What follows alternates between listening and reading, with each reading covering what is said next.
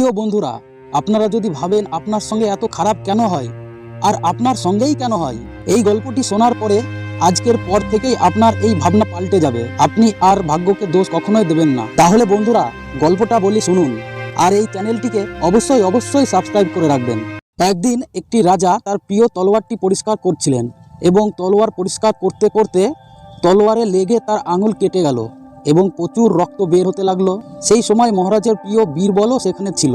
সে বলল, মহারাজ, যা হয় ভালোর জন্যই হয়। এই কথা শোনা মাত্র মহারাজ খুব রেগে গেলেন এবং বীরবলকে বললেন, বীরবল, তোমার এত সাহস, আমার আঙুল কেটে গেছে আর তুমি বলছো যা হয় ভালোর জন্যই হয়। মহারাজ রেগে সেনাপতিকে আদেশ দিলেন বীরবলকে এক্ষুনি বন্দী করার জন্য এবং বীরবলকে বন্দী করা হলো। এর কিছুদিন পর মহারাজ শিকারে গেলেন এবং জঙ্গলে ঘুরতে ঘুরতে সবার থেকে আলাদা হয়ে পড়লেন। কিছুক্ষণ পর জঙ্গলের অধিবাসীরা রাজাকে বন্দী করে ফেলল এবং তারা রাজাকে নিয়ে গেল একটি মন্দিরের সামনে রাজাকে বলি দেওয়ার জন্য। তারা পুজো আরম্ভ করলো এবং বলির আয়োজন করতে লাগলো। হঠাৎ অধিবাসীদের মধ্যে একজন দেখতে পেল রাজার একটা আঙুল কাটা, আর তাদের নিয়ম অনুযায়ী কোনো অসম্পূর্ণ মানুষের বলি দেওয়া যায় না। তাই তারা রাজাকে ছেড়ে দিল। তখন রাজার বীরবলের কথা খুব মনে পড়ল। তিনি নিজের রাজ্যে ফিরে গিয়ে দ্রুত বীরবলের কাছে গেলেন এবং বীরবলকে সব ঘটনা খুলে বললেন। সব শোনার পর বীরবল বলল, আমি তো আগেই বলেছিলাম মহারাজ, যা হয় ভালোর জন্যই হয়।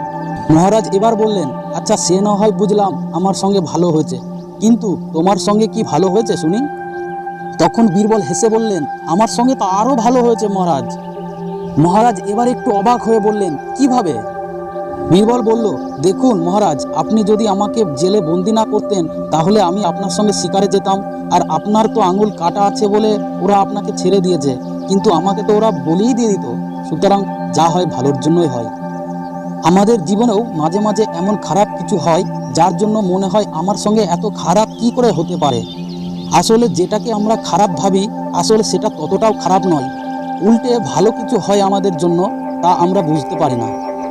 এটা বোঝার জন্য শুধুমাত্র সময়ের প্রয়োজন। সময় পেরিয়ে গেলে ঠিক বুঝতে পারবেন যে আপনার সঙ্গে কি ভালো হয়েছিল। আচ্ছা, ভাবুন তো, এমন কোন ঘটনা যা আপনার সঙ্গে অতীতে হয়েছে এবং তখন আপনার খুব খারাপ লেগেছিল, আর এখন ভাবুন তার জন্য আপনার কি কি ভালো হয়েছে বা হচ্ছে। যাই হয় ভালোর জন্যই হয়।